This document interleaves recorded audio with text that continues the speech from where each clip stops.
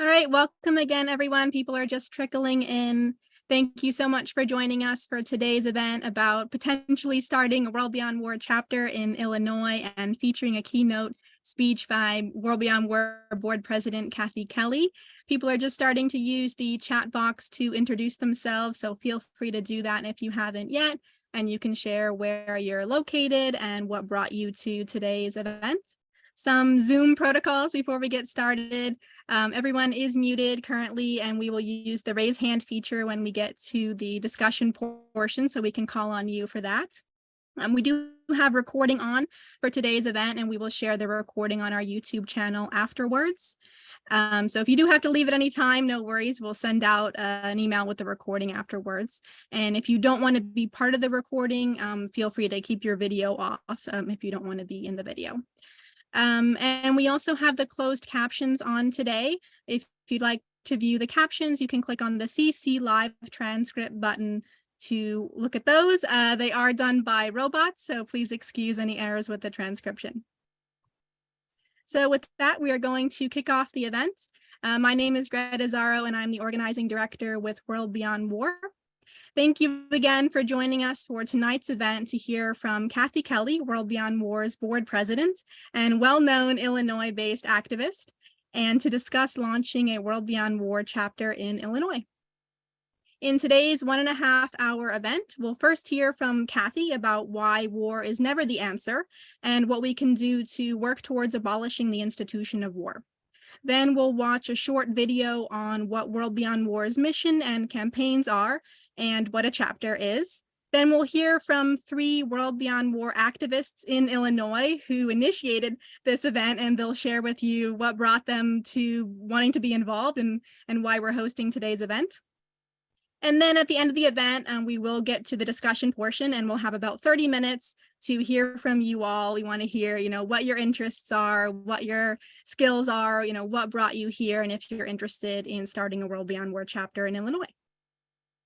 So with that, I will introduce Kathy, today's keynote speaker. Kathy Kelly is the board president of World Beyond War. Kathy's efforts to end wars have led her to living in war zones and prisons over the past 35 years. In 2009 and 2010, Kathy was part of 2 Voices for Creative Nonviolence delegations, which visited Pakistan to learn more about the consequences of U.S. drone attacks. From 2010 to 2019, the group organized dozens of delegations to visit Afghanistan, where they continued learning about the casualties of U.S. drone attacks. Voices also helped organize protests at U.S. military bases operating weaponized drone attacks.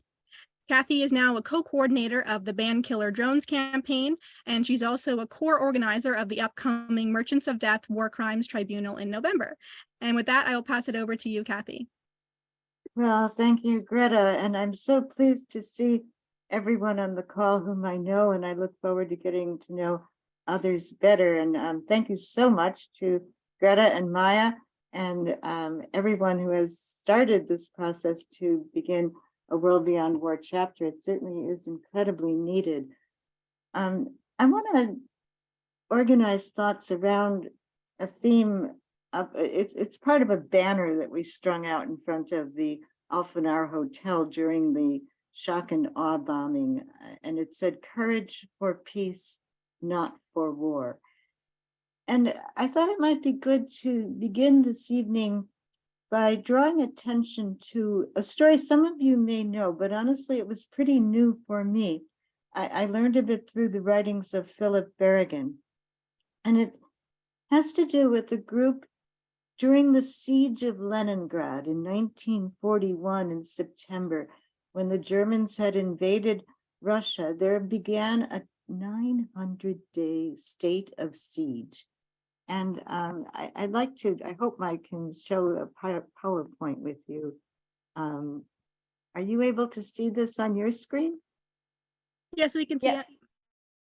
So this is a photo that shows residents in Leningrad. The city is being shelled as well as being under siege. And when the shells would make holes in the pavement, then sometimes water would come up. So the women are collecting water. And as the siege went on, of course, people became more and more desperate for food. Well, there were 31 scientists who barricaded themselves in a vault with hundreds of thousands of seeds because they were in charge of one of the world's most important seed collections, the kind of collection that could enable the diversity of plants to help people survive and prevent famines. And so these scientists were determined that they would protect those seeds. And over the course of the siege, they refused themselves to eat the food that they were surrounded by. 12 of them died of starvation. And the seed bank had been started by a man named Nikolai Vavilov. And Vavilov was a visionary. He himself had been imprisoned by Stalin, who believed that he was an agricultural saboteur. And so he died, ironically, of starvation in prison. But this to me is the kind of story of courage and heroism that we need for inspiration these days. People who were willing to lay down their lives for a larger vision of humanity. And I'm thinking very much of the doomsday clock having been set to 90 seconds before the metaphorical doomsday. And, you know, the scientists at the Bulletin of Atomic Scientists said that they were not only aware of the alarming danger of nuclear war, but also of what the war in Ukraine is doing to undermine the capacity to survive and prevent ecological collapse. So the next slide I'd like to show with you, let me first say that I've always been deeply appreciative of the Reverend Dr. Martin Luther King's vision of nonviolence, in which he stresses that we have to try to see the humanity of our enemy and see ourselves as we're seen by the so-called enemy. So this is the work in progress of a remarkable young Iraqi-American professor. His name is Dr. Wafaa Bailal. And tragically, in 2004, his brother was killed by a US aerial bombardment. The brother was in line in a checkpoint. He wasn't an insurgent, he wasn't a militarist, but he was killed. And so Wafaa Bailal, believing he should try to commemorate not only his brother, but all of the many people who'd been killed in Iraq from aerial bombings, asked this tattoo artist to place on his back, in the order of the location, as a map of Iraq, the major cities in Iraq. So up at the top is Erbil, and then underneath that, Kirkuk. And then to impose a red dot for every person who was killed in Iraq, both American soldiers killed there and Iraqi civilians. And in the at the microphone behind is a woman reading from the 150,000 names. There was only room on Wafaa Bailal's back for 25,000 dots to be inscribed. But that young professor will carry for all of his life the remorse and the remembrance, the commemoration of Iraqis and Americans who were killed in Iraq. And I think it's an incredible testament to seeing the humanity of your enemy. The next slide I want to show you is a way of seeing the humanity of the enemy that was designed by artists who installed this enormous large picture of a young Afghan girl who was in Pakistan with her family members seeking refuge. And their compound had been bombed by a United States drone attack. And this turned her into an orphan. Her parents were killed. And so a group of artists took this picture and cropped the photo of the little girl's face, and they installed it in a field so that any drone flying overhead in the future would see not a little, blob, but a little girl's beautiful, innocent face. And they called it not a bug splat because in the military parlance, when they attack someone and the person is killed, the blood on the ground in the view of the operator operating the drone looks kind of like a bug splat. And so these artists entitled this installation, Not a Bug Splat. The next slide I'd like to share with you is one that comes from Iraq. And these are schoolgirls in Iraq, and I had visited them in 1998. And, there was a Nobel Peace Laureate who'd gone over there with us, Adolfo Perez Esquivel. And he said to me, always, wherever you go, visit the teenagers. So I had tried to be faithful to that. And these girls had just an impassioned set of questions. The little one who's standing said, what is the fault? What have we done? And what would be done to us if we were to do to any other country in the world what's happening to us now? And then she said, me, I am 16. Can you tell me what is the difference between me, I am 16, and someone she is 16 in your country? I'll tell you, our emotions are frozen. We cannot feel. But she could feel, and she sat down with tears streaming down her face. And these little girls had been going through years of economic sanctions that had imposed brutal and lethal punishment on civilians. And this was before the 2003 shock and awe bombing had begun. And I want to turn our attention next to Afghanistan. And in 2015, October 3rd, 2015, the United States bombed a Médecins Sans Frontières, Doctors Without Borders hospital in Afghanistan. And immediately the authorities notified the United States military and NATO and the United Nations, and they said, you're bombing a hospital. And the bombing continued for 38 more minutes. And so I asked Greta to help me show video footage of the international head of Doctors Without Borders, Dr. Joanne Liu, going to that hospital and, as she said, doing the rounds. The first seconds are silent, so don't worry that you're not getting any sound.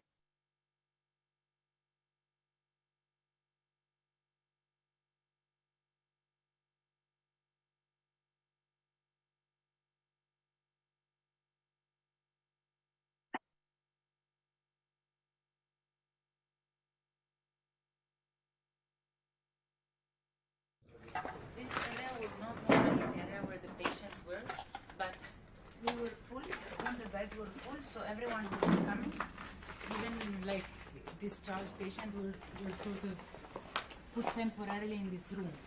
Here in Kunduz, we had real intensive care unit. I remember patient being intubated, paralyzed, and we were really giving the best we could have offered. And so now we did rounds again. I did rounds about hearing the story of each patient. Wow. There was a blast when he was crossing, so they found parts of his body inside and parts of his body outside.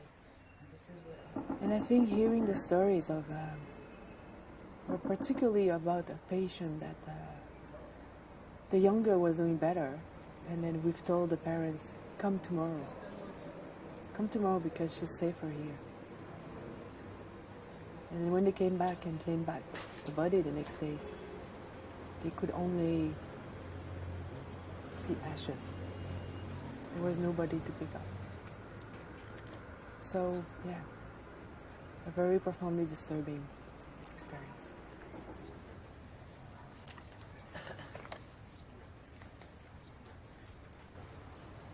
In memory of Abdul Masoud, Abdul Nasir, Abdul Salam. We had this, I would say, unique and very overwhelming emotional moment to bring our word of sympathy from across the movement to the families of our staff who lost their life. And you, the families left to mourn. So after the ceremony, we had a moment with the family to discuss with them in a more personal way. So it was a very intense moment. They shared their, I would say, their sorrow, but as well their anger and their question.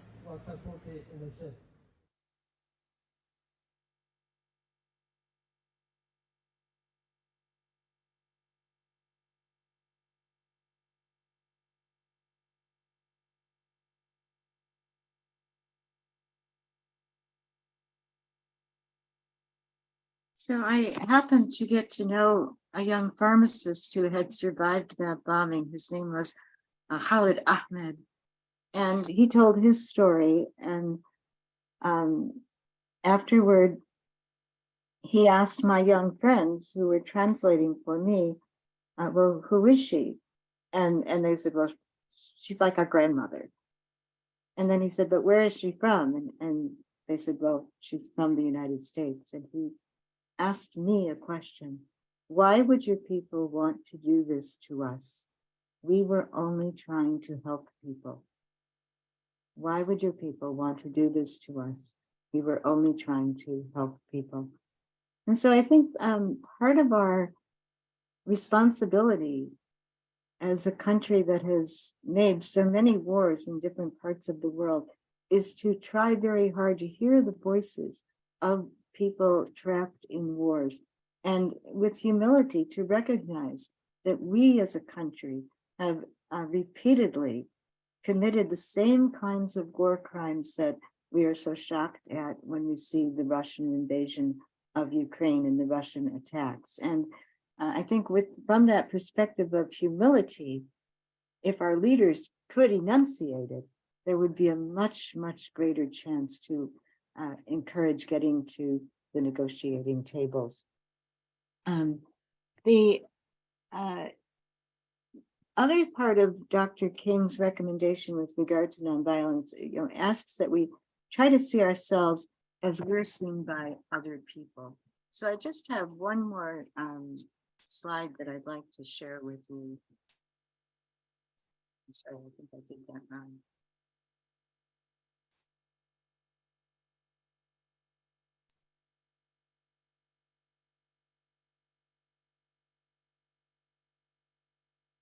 And this is a map that helps us consider how would the world appear to China right now.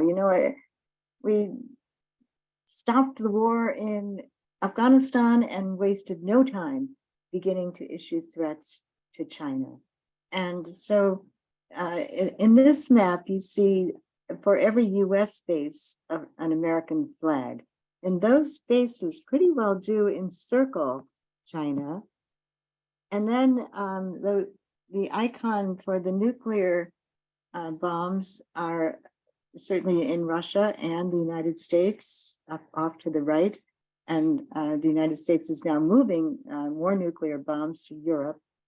And China has one foreign military base. There's one little Chinese flag in Djibouti at the Horn of Africa, right across from Saudi Arabia. And they have built a big military base there. But from the perspective of Chinese people, it might seem that we in the United States are an extremely dangerous, menacing country. So I'm hoping that as our evening goes on, we can think about the ways that we could respond to Dr. King's challenge to see the humanity of our enemies, to see ourselves as we're seen by the enemies, and to continually seek courage for peace, not for war. I'd like to also mention how grateful I am to Al Mitty and Charles Johnson, and there may be others who have been part of a preparation for the possibility of a team going to Zaporizhia, where the nuclear plant that's being controlled now by the Russians is so endangered by ongoing shelling and by the enmity that exists in the region. And the idea is to try to lessen the violence by helping people to rehumanize one another. Thank you very much for allowing me some time to make a presentation tonight. I look forward to hearing more from many of you. Thank you so much, Kathy. And before we continue with the discussion of starting a chapter, we want to make a little bit of space for a Q&A with Kathy. So I see a few questions have come in the chat already. My colleague, Maya Garfinkel, World Beyond War's Canada organizer, will be moderating this portion. So Maya, I'll pass it over to you. Thank you so much, and hello everyone. Good to see you all this evening. The first question that we have in the chat is from Tracy, and Tracy asks, Kathy mentioned the red dots on the young man getting the tattoo as being 150,000, representing the deaths in Iraq. I thought generally accepted fatalities in Iraq alone were about 1 million. Can she clarify those numbers? Oh, thank you, Tracy. I should have clarified that the young woman in the background was reading from a paper that contained 150,000 names, but that was by no means the entirety of the numbers of people killed in Iraq. And, to my mind, the war in Iraq began first in 1991. And then when you count all of the people who died because of economic sanctions, and then add in the people after the shock and awe bombardment and occupation who died during a civil war that may never, ever have happened had it not been for the U.S. presence there. I don't have a number for the entire number of fatalities. It could be many more than 1 million. Thank you. Thank you so much, Kathy.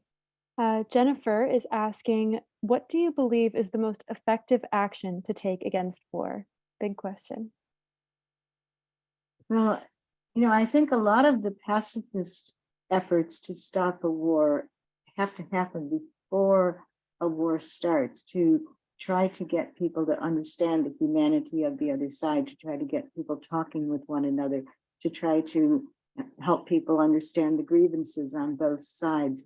And I think certainly in the time before Russia invaded Ukraine, we saw many, many, many opportunities for that kind of dialogue, that kind of exchange, but they were not fostered. And so here we are now with this debacle, this horrible war, it's seeming to have no end in sight. I think we also, is when a war breaks out, the pressure should be for ceasefire and negotiations. Even General Milley, on November 9th of 2022, said to people that had there been negotiations during World War I, pressing for a ceasefire and negotiations, 1 million lives might have been saved. And he said, as soon as there's an opportunity for a negotiation, it should be taken and seized immediately. Well, President Biden and President Putin haven't spoken with each other for over a year. We aren't seeing much sign of a clear desire for negotiation. People are making preconditions that almost seem impossible for the other side to catch. You have to throw a volleyball that the other side can catch to get people to the negotiating table. But I think our job is to keep on pressing our representatives in the United States and every other world leader that we could reach to call for negotiations as soon as possible. And certainly I think a ceasefire would be appropriate as well. Thank you so much. That was very impressive, concrete answer to a huge question. So thank you. And another really big question, but really important one from Al, asking, can you describe some successes from your many years of activism? Well, thank you, Al. It wouldn't be an unqualified success, I know, but I want to say that the world came closer than ever before to stopping a war before it started in the magnificent outpouring of people who protested the United States war against Iraq. In February of 2003, there were demonstrations all around the world. People turned out in the millions. And my friends in Britain say that Tony Blair was in a panic, telling George Bush, you better get some kind of a war going, before the International Atomic Energy Association comes out with a report clarifying that there aren't any weapons of mass destruction in Iraq. Well, they knew it was fraudulent, but they managed to get that war going.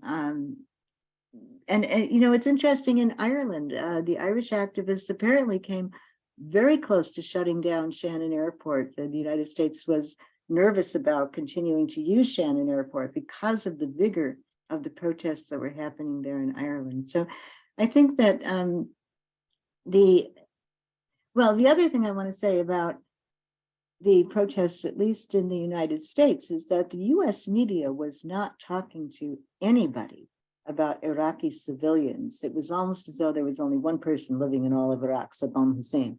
And so how did all of those people get impressions about Iraq that built so much empathy that they turned out in such large numbers all across the United States? And I think it was groups like Veterans for Peace, Pax Christi, our own group, Voices in the Wilderness. I could go through a long list of groups, Dominican Sisters for Peace, who went over to Iraq and met with people and sat at the bedsides of children in hospitals, and then came back and said, this is what we've seen and heard.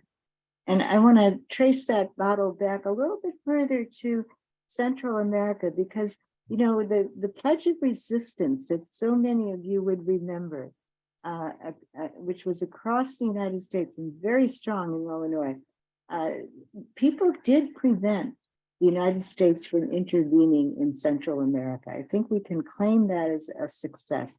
And it was done through constant, steady, earnest organizing. So we do find moments of success. I can say this morning I was deeply, deeply relieved and pleased to find out that the government of Portugal is going to accept 19 of our young friends as refugees in Portugal. And hopefully they'll be on their way. They're in Pakistan right now, and they've been kind of holed up in Pakistan for over a year. So every now and then you see breakthroughs, and those should be celebrated as well. Thank you so much, Kathy. I love that phrase that you used, moments of success. I think that's really important. And thank you so much for answering those key questions. Seeing no more questions, I'm going to hand it back to Greta here to bring us into the next part of this evening. Thanks so much. Great. Thank you, Kathy and Maya. So yeah, now with that sort of context and setting that I think Kathy has helped draw us into this issue, now we're going to transition a little bit to talk about what is a chapter, what does World Beyond War do, and then that will set us up for the discussion of potentially starting a chapter in Illinois. So we're going to start with about an 8.5-minute video that talks about World Beyond War's mission, campaigns, and our chapters. So Maya, if you could share that now, thanks.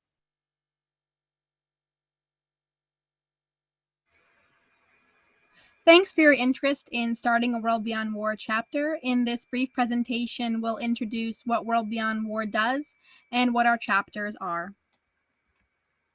Our mission at World Beyond War is to abolish the institution of war. We look at war holistically at all of its multifaceted impacts, and we oppose all forms of war, all types of weapons, and all forms of violence. We operate in a decentralized or distributed organizing model where we don't have a headquarters, we don't have any offices actually, and we all work remotely. Most of our work is run by volunteers around the world in their communities. We have people who have signed the Declaration of Peace in 193 countries and counting. We currently have 22 chapters in 12 countries. A chapter can be thought of as a branch of World Beyond War in a way. It uses the name of World Beyond War, such as Cameroon for a World Beyond War or Florida for a World Beyond War. A chapter uses the logo and branding of World Beyond War and follows our mission of war abolition. We also have 96 affiliates. Affiliates are existing organizations external to World Beyond War that partner with us and collaborate together on things of mutual interest. For example, Canadian Voice of Women for Peace is one of our affiliates based in Canada. We also have 800 and counting organizational Peace Pledge signers, which are organizations that have signed on to our Declaration of Peace. And any type of organization around the world can sign on. So if you know of any groups that might be interested, you can invite them to sign. This is our Declaration of Peace. You can sign on if you haven't yet at WorldBeyondWar.org. And again, you'll see on the website the two versions for individuals and organizations. And it lays out our mission to end all war and to work non-violently towards that cause. Our work can be thought of in two buckets of education and action. We debunk the myths of war and lay out the proven nonviolent alternatives to war. And then we work with people to put that knowledge into practice, to take action locally in their communities, to work towards demilitarizing their communities and transforming their areas from an extractive militaristic economy towards a regenerative economy. Within our education work, there are three areas, which are to debunk the myths of war, proving that war is not necessary, inevitable, beneficial, or just, to lay out the reasons why we need to end war, what we call the 7 whys, such as war threatens the environment, or war promotes bigotry and racism. And we have fact sheets, videos, and other materials on each of these reasons. And the third piece of our education work is to lay out the how. How do we get to a world beyond war? Our blueprint for that is what we call the AGSS, which is the Alternative Global Security System. That is our book, which lays out our three main strategies of demilitarizing security, managing conflict non-violently, and creating a culture of peace. Within our education work, I've mentioned our book, and we have many other materials that have sort of spun off of that, including our free study and discussion guide, our online courses, which we run throughout the years, our fact sheets, our webinars, and other educational resources. Within our nonviolent direct action campaigns, we have many different areas of focus, which again take a localized focus depending on what's happening in certain regions of the world. Two of our main campaigns are weapons divestment and closing military bases, which we see as core steps needed to get us to a world beyond war by literally withdrawing investments from the weapons industry, which can be done at many different levels, such as divesting a city or divesting an institution like a university. And closing military bases is a crucial step by literally dismantling the infrastructure that is propping up war. And that is the network of military bases around the world, of which the United States military has the vast, vast majority, with over 800 bases around the world. These are some of our educational and organizing resources. I've mentioned some of them already. A few others that I'll highlight. We also have a Peace Almanac, which is a calendar of daily peace holidays and important peace moments in the peace movement. And this can be used both as an educational tool and an organizing tool to organize days of action around those days in the Peace Almanac. Another educational resource is our Mapping Militarism project, which maps out where militarism is around the world, where troops are stationed, where weapons are located, etc. On the right-hand side are some of our organizing resources. We provide a lot of technical assistance to our chapters and affiliates, such as doing a lot of webinar hosting, graphic design, social media assistance, organizing trainings, and strategy advice, for example. So what is a chapter? A chapter advances World Beyond War's mission to abolish war by hosting events, campaigns, and activities focused on peace education and nonviolent direct action. A chapter collects signatures for the Declaration of Peace. It organizes at least 4 events per year, which can take many different forms. And again, a chapter can choose a localized focus for various campaigns and activities based on what's resonating in their area and what's most relevant within the umbrella of ending all war.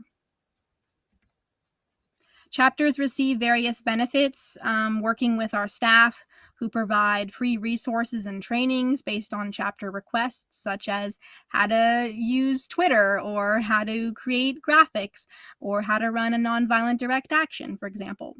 We also provide chapters with free web pages and help chapters to set up email lists to run their chapters. We publicize chapter events and connect chapters with people around the world who are working on similar campaigns to share expertise and build global solidarity. And that's one of the great benefits of being part of the World Beyond War network, is this sense of international solidarity.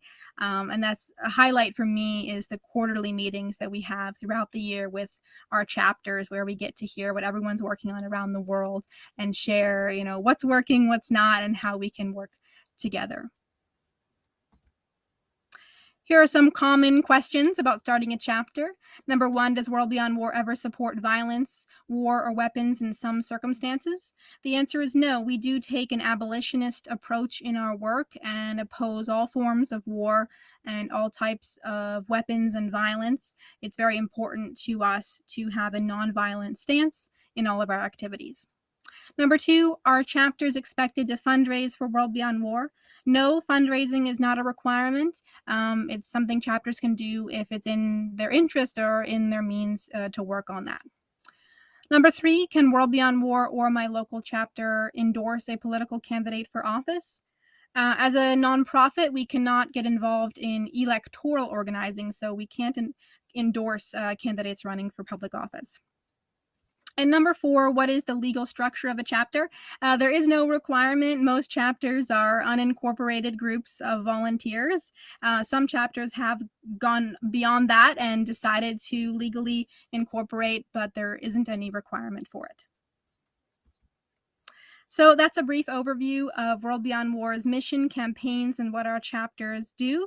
You can find us at WorldBeyondWar.org, and we're also on all the major social media channels. Thanks for watching. Great. And with that, I want to turn it over to Al, Lois, and Julie, who are our 3 Illinois-based activists who basically initiated tonight's event and reached out wanting to start a chapter and wanting to find other people in Illinois to work with on this project. So I'll pass it to Al first, who's actually done all this before in Florida. Al used to live in Florida and started our Florida chapter, so he knows how this goes. And I'll pass it to him to introduce himself first. Okay, thanks, Greta. And to those who don't know Greta and the wonderful work she does, and the other staff for World Beyond War, they are incredible resources for those of us who are volunteers. As Greta mentioned, I got involved in World Beyond War in 2016 after reading David Hartso's book, Waging Peace, and David, as a lot of you know, is a co-founder of World Beyond War, and I've been to all of the in-person conferences and so on that World Beyond War has conducted. Prior to World Beyond War, I was involved with Pax Christi and some other social justice programs, and it goes back to 1970 when I voluntarily resigned from the United States Air Force Academy after 2.5 years there of seeing napalm dropping on Vietnamese villages and people cheering as pictures of nuclear bombs were exploding. So my anti-war position goes back a long ways. As Greta mentioned, we started a chapter in Florida. A lot of what we did was education, and we did a lot of webinars and talks to local groups, either church groups or civic groups, about war and the environment, about the alternate global security system. I did several presentations on that, about all kinds of things, and we invited in speakers.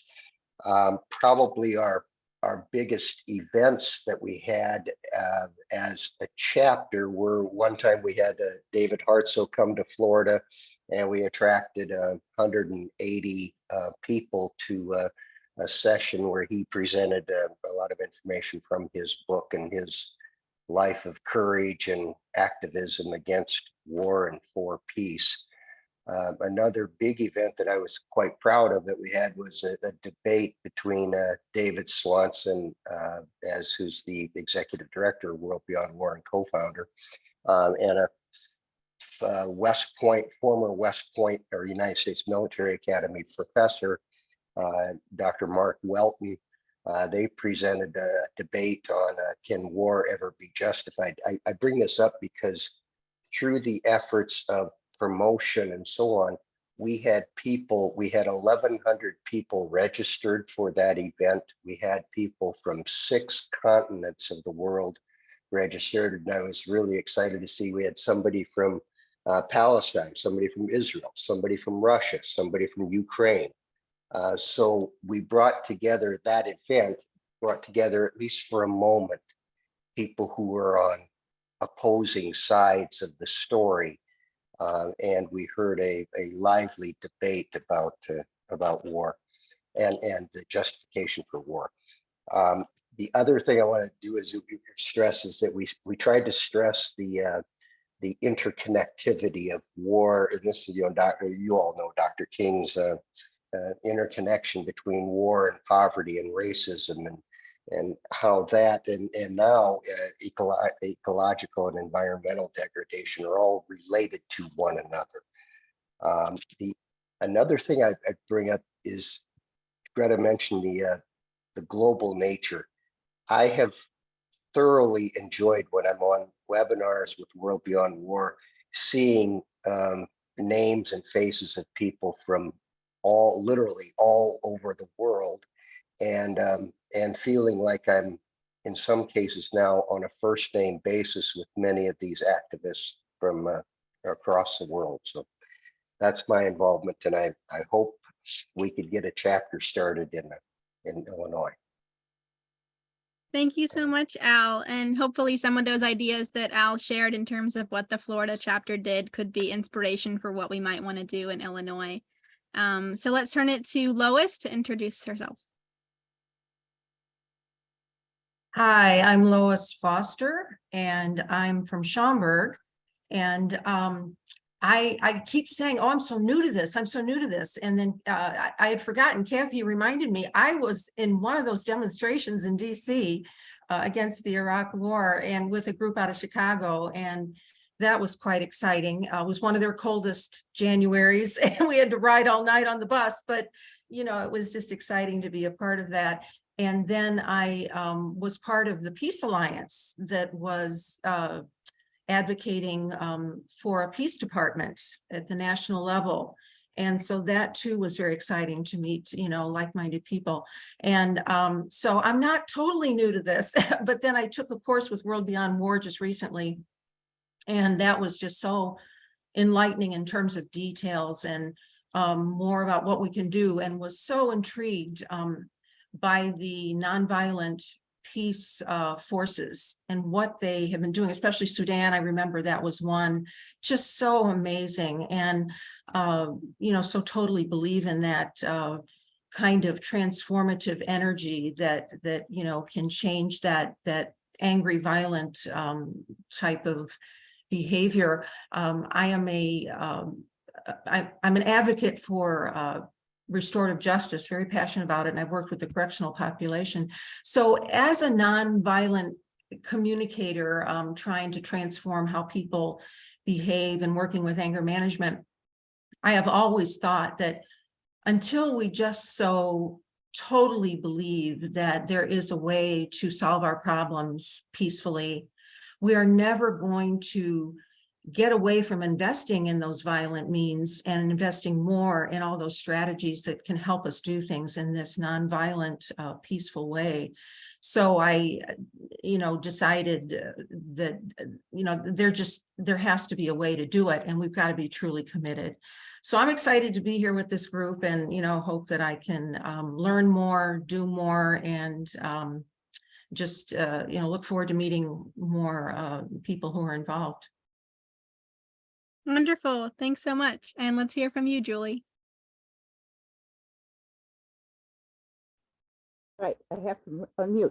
Hi, I'm Julie Watkins. I live in Urbana, and I want to thank everybody for showing up. I hope we can get a good going of this. I'm retired, which helped me get time to pay attention to politics, and I've mostly been doing stuff locally.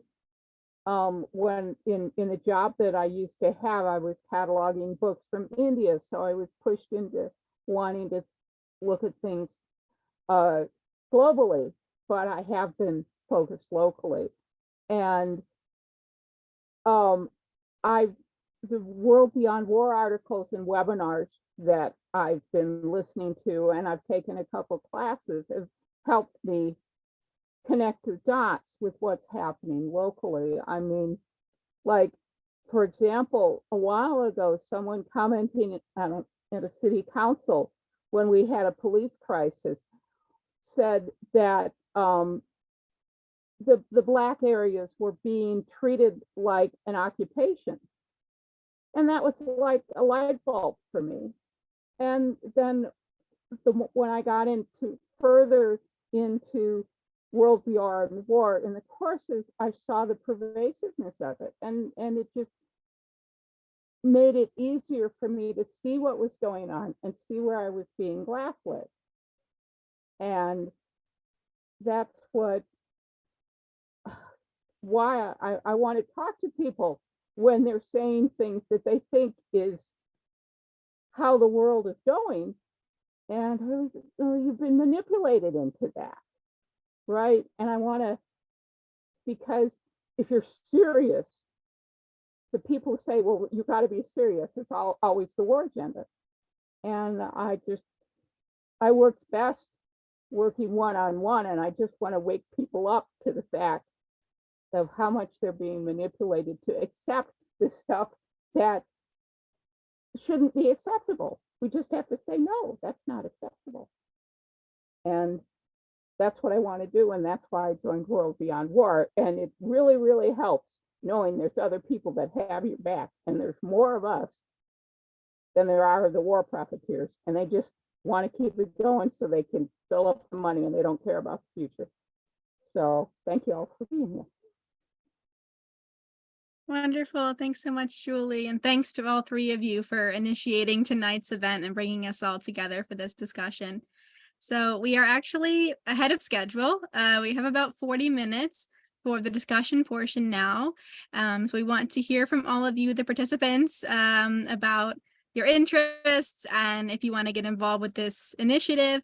And also something else, and this kind of touches on what Al was saying in terms of the importance of intersectional organizing in World Beyond War's work, and that it's connecting the dots between how war is really at the nexus of so many other issues environmentally and socially. So that can be part of our discussion as well, and thinking about how can we collaborate with and amplify the work of other organizations across the state, whether they are anti-war organizations or other types of organizations that we could build partnerships with. And I know some of you on the call do represent other organizations, so we want to hear from you too about your thoughts on all this and ways that we might be able to foster deeper collaboration.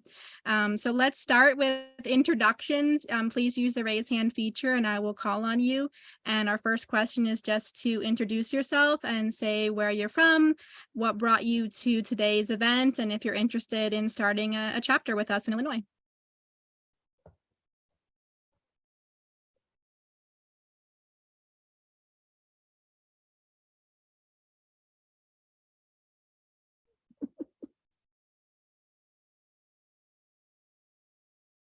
Okay, I see a hand from Chicago Area Peace Action. Oh, and you can now unmute. Sorry, it's really Marsha Bernstein. I am with Chicago Area Peace Action, but I'm also with Chicago Committee Against War and Racism. I think Tracy put in the chat earlier something about the moribund Chicago peace anti-war activity. And, I think many of us in the movement are suffering from the fact that we're aging out, so it's more and more challenging to be in the street and to be, doing the kind of peace work that we were doing 15 or 20 years ago on a regular basis, because we have so many other responsibilities in our lives that make it challenging. So I'm here kind of as a fly on the wall to see what kind of energy. I work with Charles at Chicago Area Peace Action, and he also works with other organizations. You know, there need to be more of us, but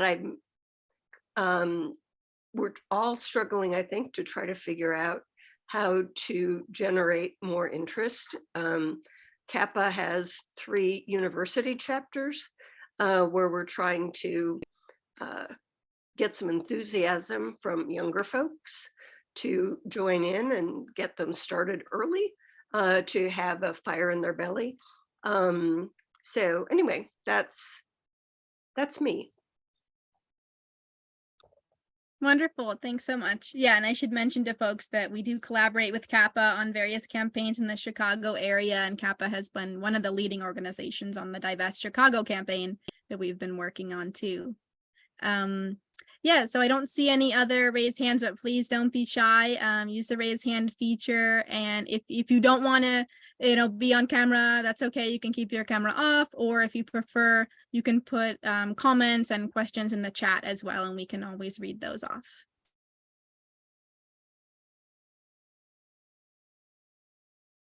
And I should say Julie is taking some notes, so thank you, Julie, for helping to jot down the high points of the discussion, and we're also recording, so we have this for our records.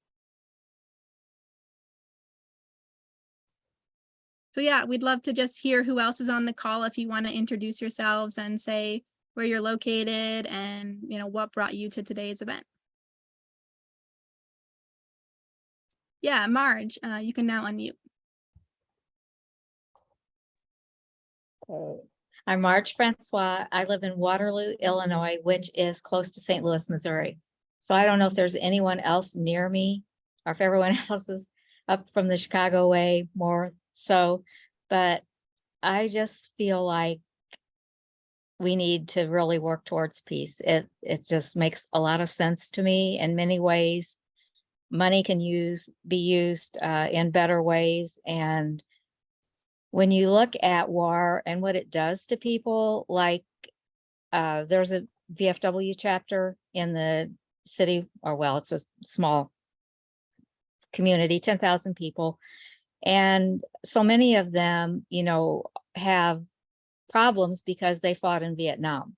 So not only is it costing initially, it keeps costing because they're having to pay for we are having to pay for people who are unhealthy because they fought in war. And so it's a lose-lose to me, and we need to find a different way, and I'm sure we can. Wonderful. Thanks so much for coming and sharing. And I should You're say, welcome. Al or Lois or Julie or Kathy, or feel free to chime in too with responses or comments to any of the things that come up.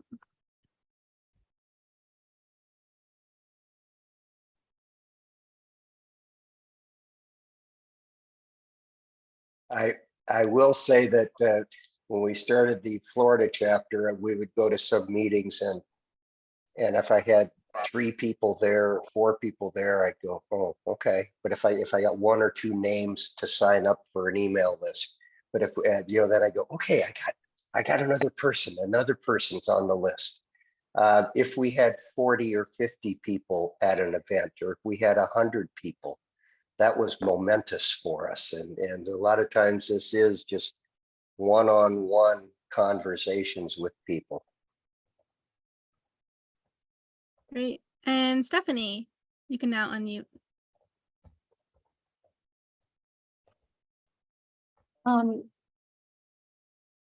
For the last, I don't know, 8 or so years, I've been more involved with environmental issues, but also always attending those events that were protesting against the war, were there signaling for peace, because it's environmentally correct.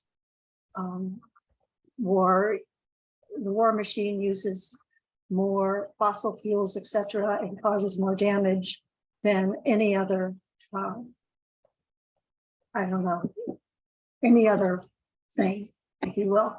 And I would certainly show up if there was a World Beyond War meeting or gathering. I was at a Chicago rally last Monday that Neil Beatty was at, Not many of us there, but he did make 3 contacts. So at any rate, I would certainly be up for that.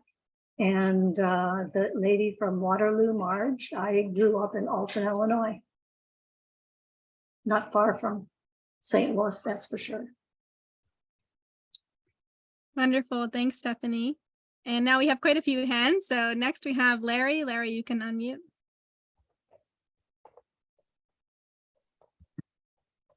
Hello, I'm Larry Gilbert, and I'm here in the Villages, Florida.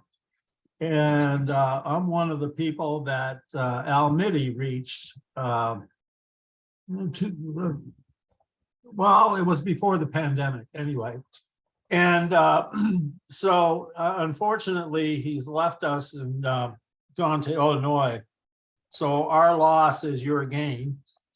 And so myself and a gentleman by the name of Larry Berman are trying to keep the chapter moving along with a Diana Rhodes here in Florida.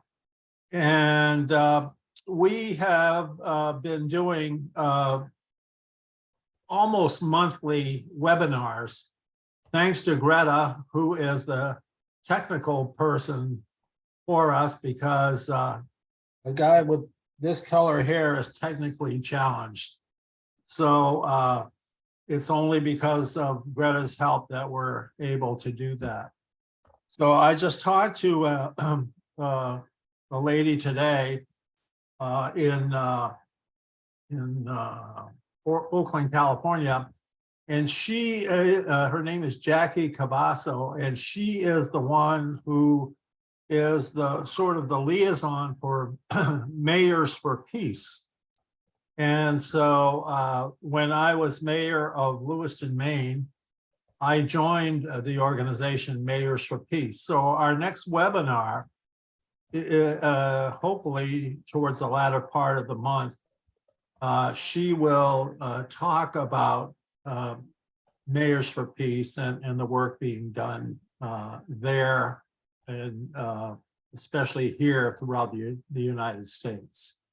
So also, I finally got to meet Kathy Kelly here through our unarmed civilian peace project. And I think Charles Johnson also.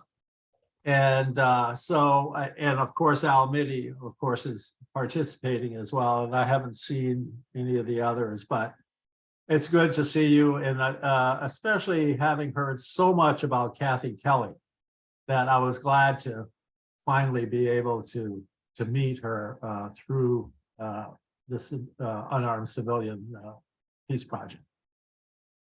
So, and a big thank you to Greta again. Thanks, Larry. Thanks for joining us. Next, we have Karen. Karen, you can now unmute. Thanks, Greta.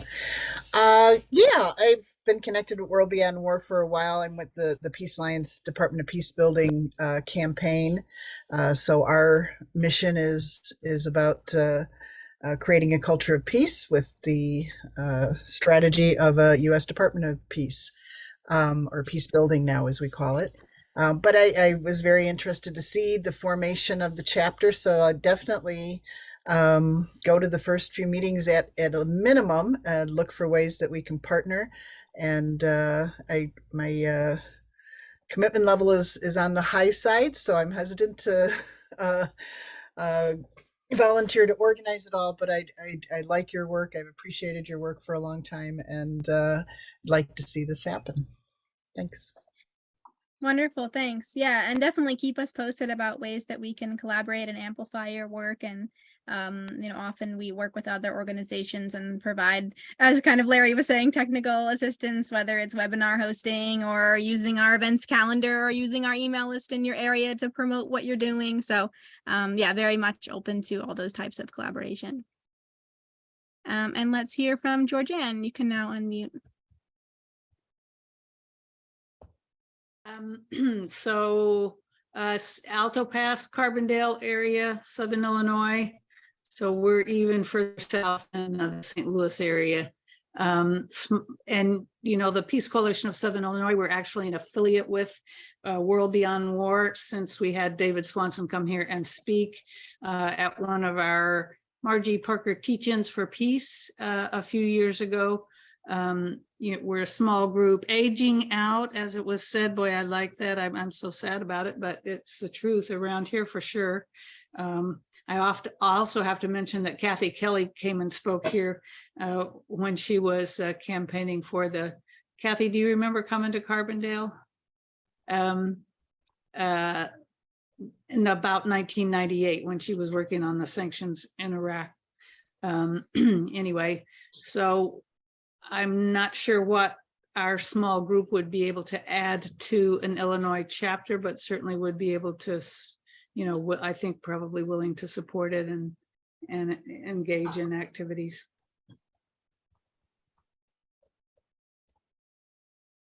Wonderful, thanks. Kathy, did you want to say something? Oh, well, I just want to say that I'm really pleased to hear responses of each person on the call. And one thing I can tell you is that when Greta says that World Beyond War will give assistance, take her seriously on that.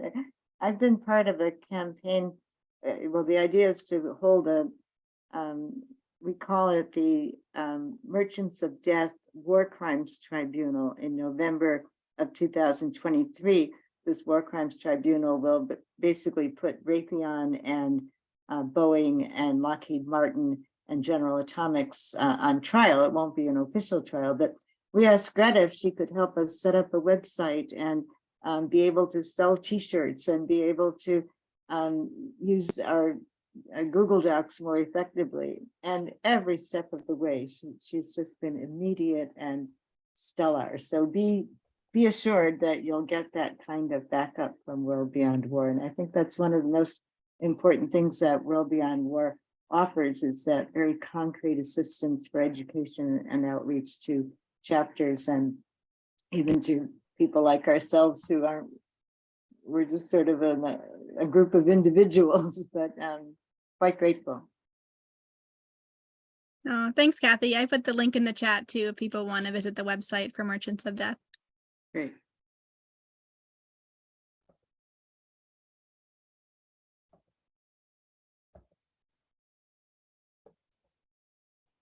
Yeah, Al? Greta, may I, there was comments a couple of times about aging out and so on, which reminds me of the initiative from World Beyond War on the Peace Education and Action for Impact, which is, you know, a global effort at reaching out to young people literally throughout the world. And that gives me hope when I see some of the stories of what these young people are doing across the world to promote peace and war. So there's hope for those of us who are bald or gray or very wrinkled. Thanks for mentioning that. Yeah, I'll put the link in the chat. That's the Peace Education and Action for Impact program that Al's mentioning. All right, well, we've heard from a bunch of you, and now I think we should transition to the second question. After introductions, now we want to perhaps dig a little bit deeper. We know this is just an introductory meeting, but just to share if there are particular interests that you have or particular campaigns or activities you might want to work on. Al shared a few examples of what the Florida chapter has done. But we want to hear from you if there are certain areas that you might want to focus on as an Illinois chapter.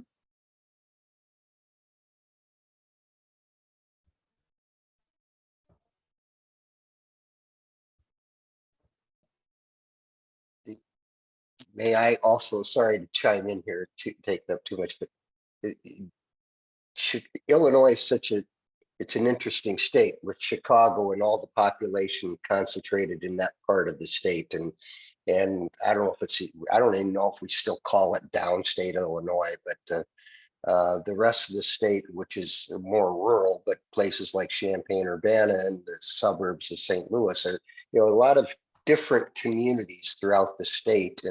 And so it may turn out that we we develop multiple kinds of things that work, something that works in Chicago that may not work in Bloomington Normal, or may not work in Springfield, or folks in Carbondale may have different interests. So, but I think we can support one another and complement each other and so on as we look forward to some things. Yeah, absolutely. And on that point, I'll say there's definitely different models for how a chapter could work. Like the California chapter was formed during the pandemic, and they're basically a virtual chapter. They meet at least 2 times a month, and they do alternating meetings. So 1 meeting a month is a book club, and they've been doing this for maybe 2 years. So they've read a lot of books, and that's kind of one activity that chapter members can join. And then their second meeting that they have every month is like a guest speaker and discussion on various topics. And then occasionally they'll have people located in certain areas like San Francisco or LA or whatever who do in-person events that the chapter can support. So it's kind of this, statewide initiative. And then, as you said, Al, might have sort of localized hotspots that pop up and collaborate together. And another campaign that they recently did was a billboard campaign to raise some funds and put up a billboard in the Coachella Valley in California. So I just mentioned that as an example of a statewide chapter that seems to be working pretty well. And Julie, I see your hand up, so please go ahead.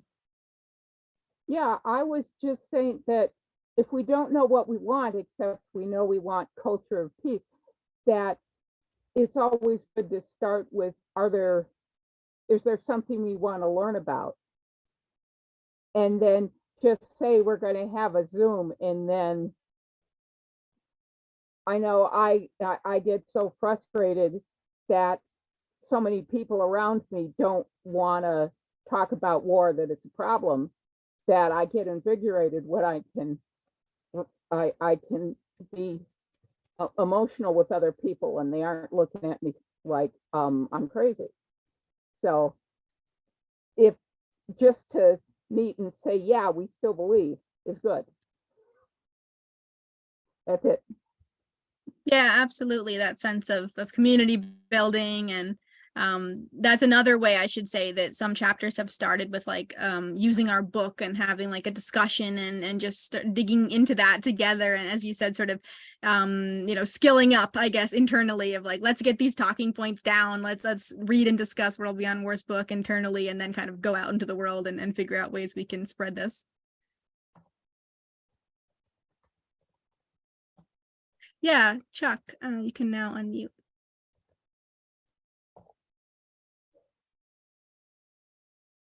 Well, my goal in participating was to figure out how to raise my hand. I was trying to do that on the bottom of the computer. I've successfully figured that out. So anyway, my name's Chuck Lederman.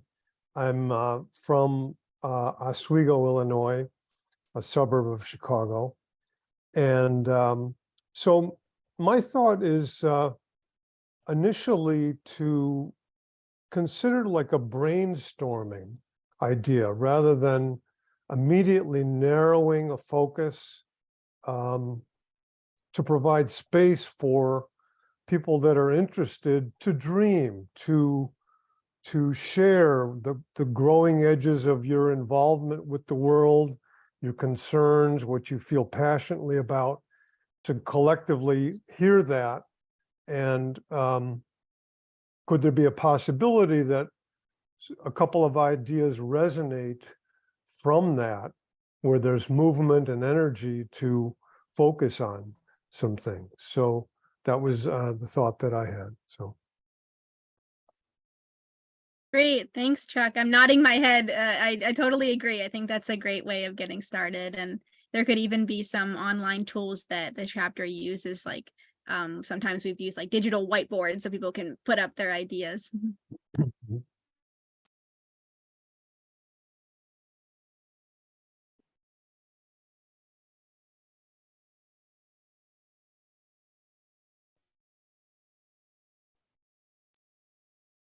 Yeah, Larry, you can now unmute. I think,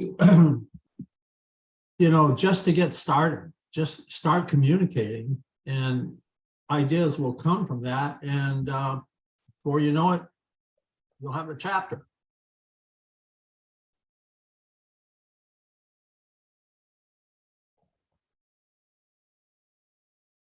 Thanks, Larry. That's, that's how ideas come about and say, yeah, we should get together and let's form a chapter, Mhm.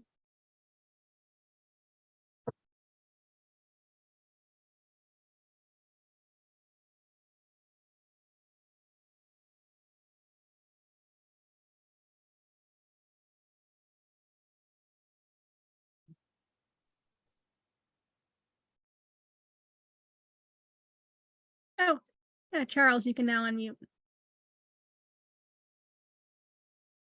Thanks. Hi, everyone. I am Charles, and I just want to say how excited I am about a World Beyond War chapter in Illinois. And although I have commitments, and so I'm not sure what my capacity would be, I would certainly want to attend chapter meetings if I could. I find World Beyond War very unique in the peace world by so clearly breaking the myths of war that most of the general public, I think, are trapped in, and just clearly and relentlessly breaking those myths. So I'm very excited by a World Beyond War possibility. And so thank you, everybody, for coming together and kind of exploring all of this. And I will definitely be following it and hopefully participating in some ways. And I've also had a great experience of working for quite a while with Greta and others on this call, Kathy and Al and Larry and others, Frank, just great, and Tracy. Hi, Tracy. Michael. So yeah, definitely would be interested. Thank you. Wonderful. Thanks, Charles. And yeah, I mean, I think it's interesting what you said in terms of trying to hone in on maybe what World Beyond War could bring to the table that's different from other organizations, because we certainly don't want to duplicate, and how can we kind of amplify and collaborate. So I don't want to put you on the spot, but maybe just to follow up, if you want to say more about, you sort of identified that our work debunking the myths of war is maybe something you're not seeing. I guess, do you have any ideas of, I guess, how that might help, or like what that might take, what form that might take sort of in this work? Let me, I have to unmute you again. Hold on, sorry. Okay, there you go.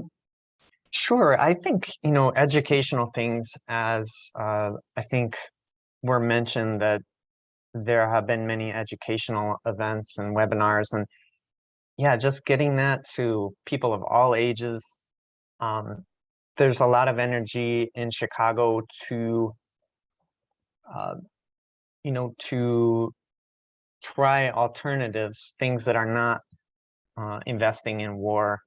But I think a lot of people have that question mark of, what do we do if it's not weapons?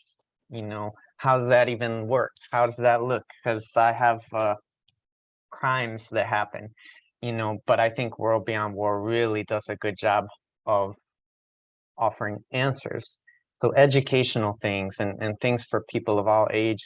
And, a lot of college kids go into STEM careers, science, technology. A lot of those are working for our weapons companies, so just to educate would be a wonderful starting point. Wonderful, thanks. That's really helpful. Julie, and then Chuck.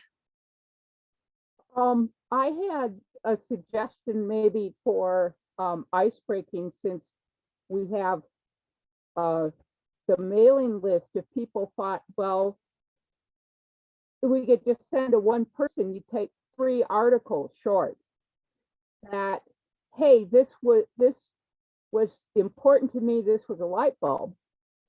And if we send it, and then we could collate it and send it out, and then maybe one of those, some of the, then we could have at the next Zoom, people could talk about a couple of articles that they read out of the possibles list, and that could generate ideas.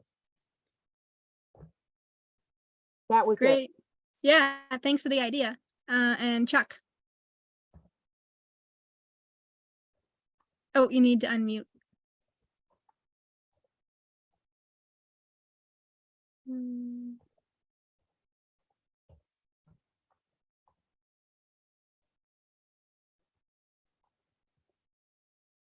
Don't come to my interest in this. Honestly, I was raised, and I'm reminded, my mother died when she was 56 years old. But before she died, she was involved in an organization called Women for Peace. And this was certainly during the height of the Cold War. And one of the things, I was too young to really understand it, but know it, but somehow over the years it stands out. Maybe in the early 60s, this group of women somehow found a way to make contact with women's organizations or peace organizations in the Soviet Union. And there was an exchange of human beings that met together. So it was a viable alternative to war. It was demonstrating the idea that everyone is a human being. We need to bridge those gaps. So there was a group of women that went to the Soviet Union, and they probably had meetings in the community. Likewise, I think in Evanston at the Unitarian Church was an island of progressivism, et cetera, et cetera. So, you know, an ideal like that, wherever it is, to invite the community, not just an organization, but to invite the community to, you know, to consider a human dialogue between people and to break the barriers and to break the propaganda and to hear, you know, if we heard people in Russia that are like-minded and gave other people in our community in Illinois or wherever a sense of hope, a sense of validation for, I think Georgianne was talking about this idea of kind of aloneness, getting older, you know, hopelessness that can come in. So to try to kind of mediate those kinds of things. So anyway, just I'm just reminded of that. So. Yeah, thanks for sharing. And that could be something that we potentially facilitate with our global network, maybe zooming in speakers from different regions. And there might be other ways to do it too. Like I'm thinking like film nights with like foreign films, or cultural nights could be ways to kind of facilitate that citizen to citizen diplomacy. And Francis, you have your hand up. Go ahead.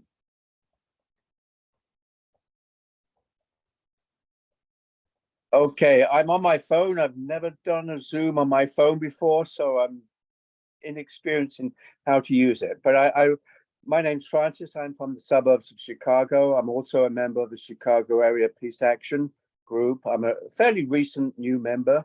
I think I joined maybe in November. And there's some very good people in Chicago Area Peace Action I'm very pleased to be associated with. But it's definitely, I mean, when I think back to the Iraq war days, we had thousands on the streets, millions across the world protesting the Iraq war. That just hasn't happened for Ukraine. And, you know, the question for me and the challenge is, how do we get people to realize that what's happening now is absolutely crazy? We're talking about, you know, escalation with Russia. We're talking about a war with China. I mean, we're concerned about people being killed in the streets in Chicago, but we're also talking about, and except on mainstream media, millions possibly being killed in a war with China. How do we get people together to understand that this is totally crazy and that we have to do something? So what I would like to see in the Chicago area for certain is all of the groups. I'm very happy to join World Without War too. I'm also a member of the Black Alliance for Peace Solidarity Network. And I think we've got to all come together, no matter what organization we're in, and to make our voices heard. I don't know what the solution is. We didn't affect the Iraq war.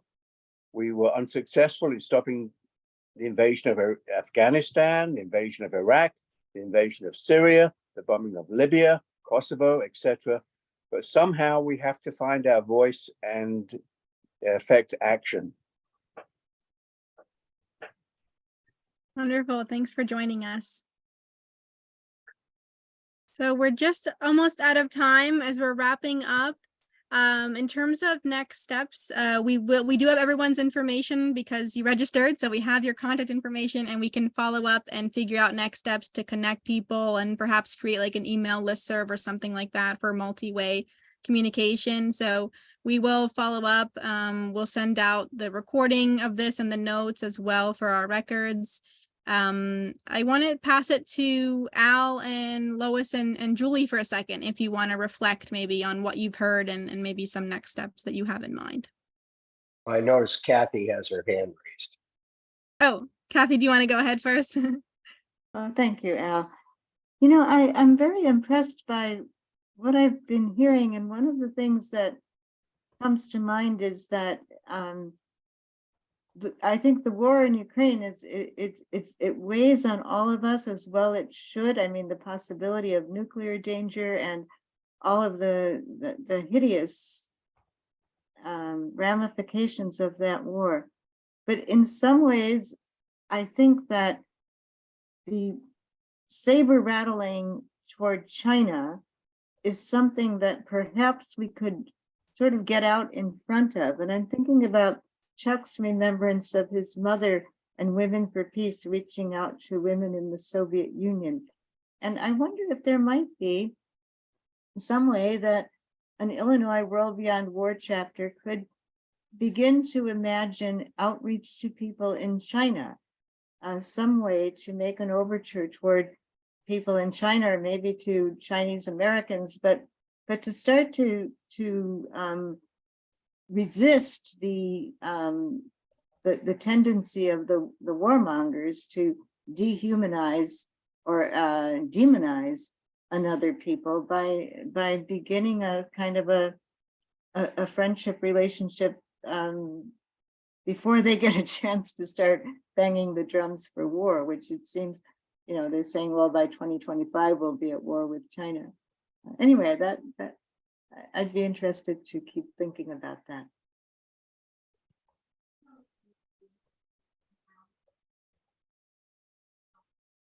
Al, why Thanks, don't you- Kathy. Yeah, go ahead, Al.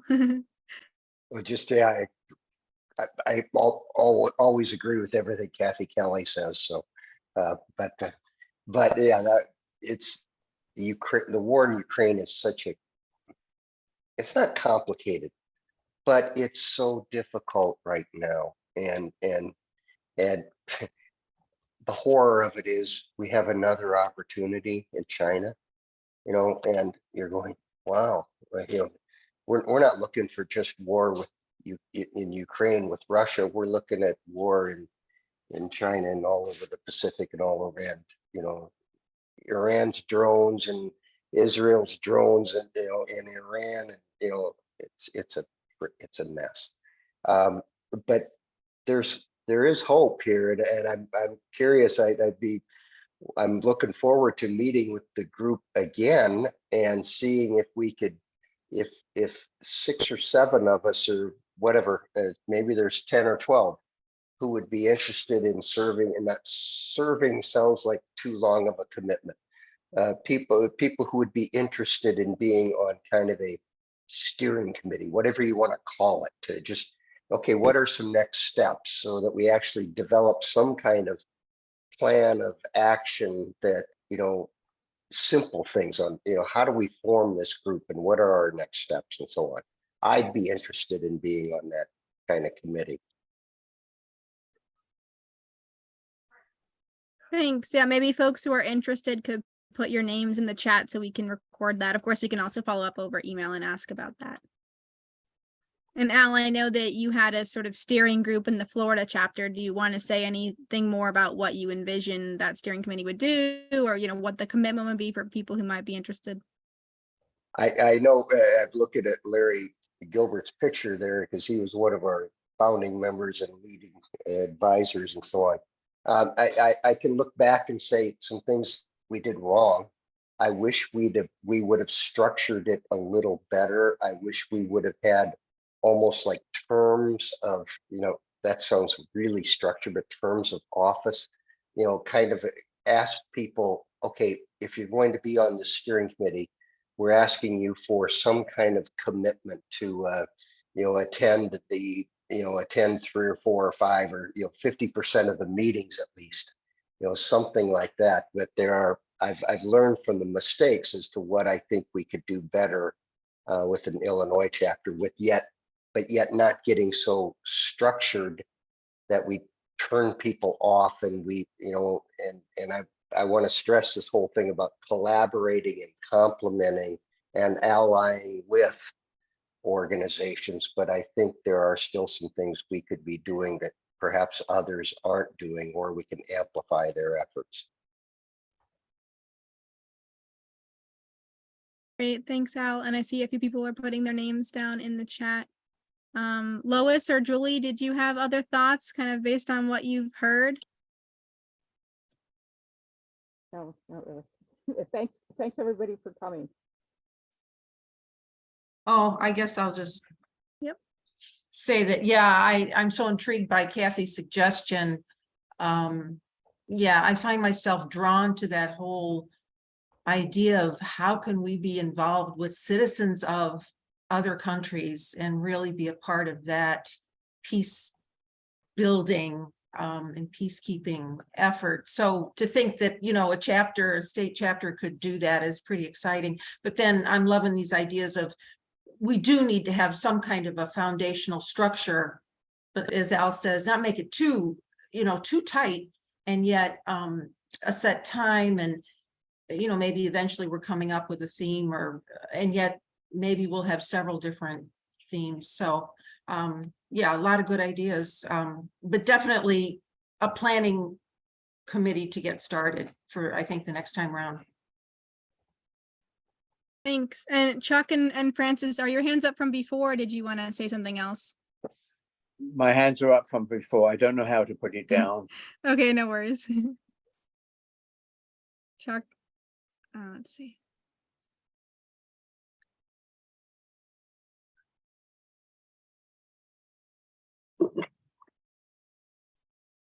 Oh, you're muted, Chuck, if you're trying to say something.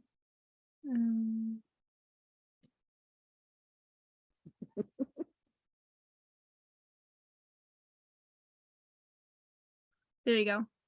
Oh, okay. No, that was from before. I had the same technological challenge, so. No worries, no worries. But I would just comment, though, we all have gray hair apart from you, Greta. And we're all white. And I think that's a problem.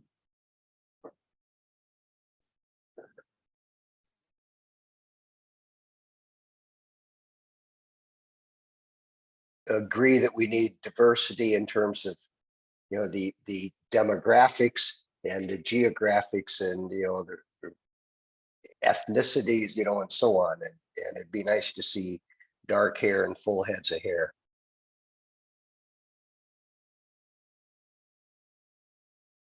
Great. Well, thank you everyone for joining us. I'm so pleased to see how many people came out for this discussion tonight.